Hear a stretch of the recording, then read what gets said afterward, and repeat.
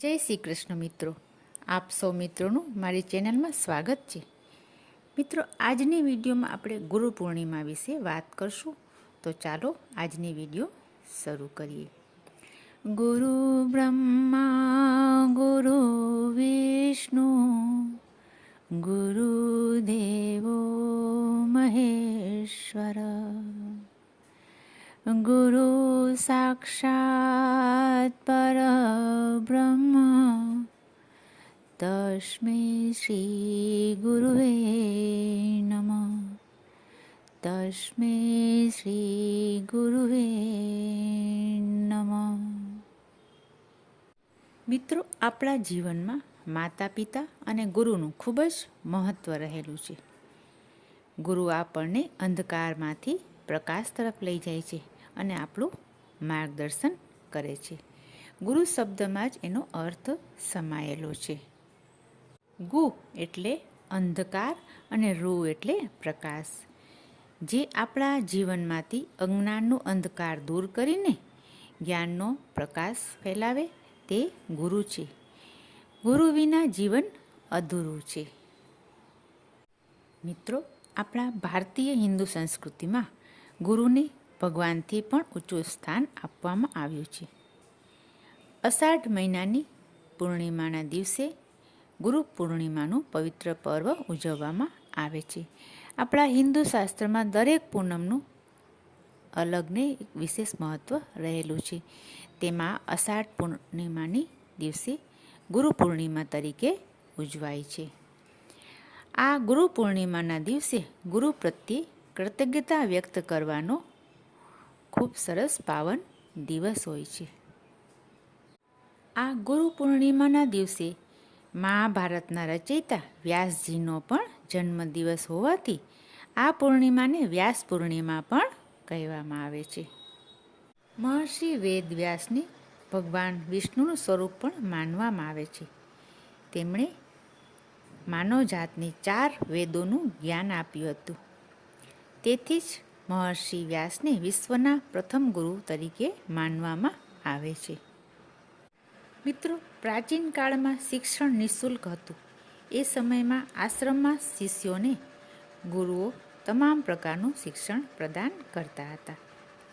તેથી શિષ્યો ગુરુ દક્ષિણા સ્વરૂપે આ વ્યાસ પૂર્ણિમાના દિવસે યથાશક્તિ દાન દક્ષિણા આપી ગુરુ ઋણમાંથી મુક્ત થવાનો નમ્ર પ્રયાસ કરતા હતા. ગુરુ પૂર્ણિમાના દિવસે જ ગુરુ પ્રત્યે કૃતજ્ઞતા વ્યક્ત કરવાનો શિષ્યો માટે ખૂબ શુભ અવસર હોય છે. મિત્રો, જીવનમાં ગુરુનું શું મહત્ત્વ હોય છે એ ઘણાને પ્રશ્ન થાય. મિત્રો, આપણા પહેલા ગુરુ હોય છે માતા પિતા, જે આપણને બોલતા ચાલતા શીખડાવે, જેમના વિના આપણું જીવનનું કોઈ અસ્તિત્વ જ નથી. હવે બીજા ગુરુ છે શિક્ષક, જે આપણને અક્ષર જ્ઞાન આપે, જેનાથી આપણે ભણી ગણીને ડૉક્ટર, એન્જિનિયર વગેરે સારા માણસ બનીએ અને સારું કેરિયર બનાવી શકીએ.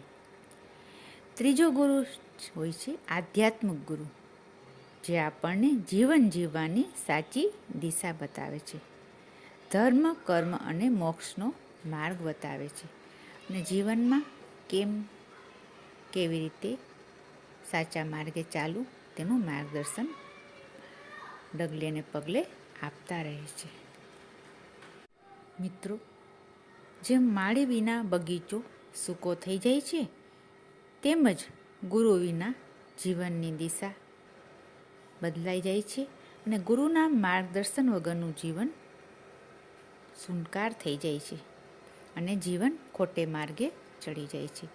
માટે જીવનમાં કોઈ પણ એક ગુરુ અથવા તો વધારે ગુરુ પણ હોવા ખૂબ જરૂરી છે, જેથી મનુષ્ય કંઈ પણ આડે રસ્તે ભટકે નહીં. કબીરજીએ તો બહુ સરસ વાત કરી છે. ગુરુ ગોવિંદ દોનો ખડે કાકે લાગુ પાય, બલિહારી ગુરુ આપને ગોવિંદ દિયો બતાય.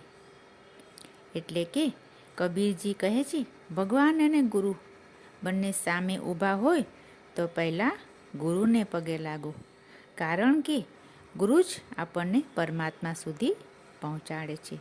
તો આવો છે ગુરુનો મહિમા. આપણા વેદોમાં પણ ગુરુને બ્રહ્મા, વિષ્ણુ અને મહેશના સ્વરૂપ તરીકે વર્ણવવામાં આવ્યા છે. ગુરુ બ્રહ્મા ગુરુ વિષ્ણુ ગુરુદેવો મહેશ્વર ગુરુ સાક્ષાત પરબ્રહ્મ તસ્મૈ શ્રી ગુરુવે નમઃ. એટલે કે ગુરુ બ્રહ્મા છે, ગુરુ વિષ્ણુ છે અને ગુરુ ભગવાન શંકર છે. ગુરુ એ તો પરમ પરમાત્મા છે. આવા ગુરુને હું વંદન કરું છું. બૌદ્ધ ધર્મમાં પણ આ દિવસનું ખૂબ જ અનેરું મહત્ત્વ છે.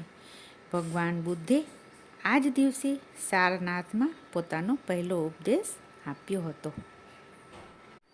આપણી હિન્દુ સંસ્કૃતિમાં ગુરુ પૂર્ણિમાની ઉજવણી માટે સમગ્ર ભારત દેશમાં ઉજવવામાં આવે છે.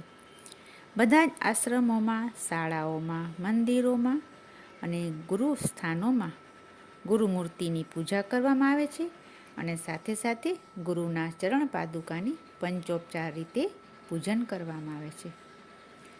શ્રદ્ધાળુઓ ગુરુ પૂજન કરીને ગુરુ પરંપરાને નમન કરે છે અને ગુરુની પવિત્ર પ્રસાદી અને આશીર્વાદ સ્વરૂપ તમામ દેવ મંદિરોમાં અને આશ્રમોમાં પ્રસાદના ભંડારાનું પણ આયોજન થાય છે.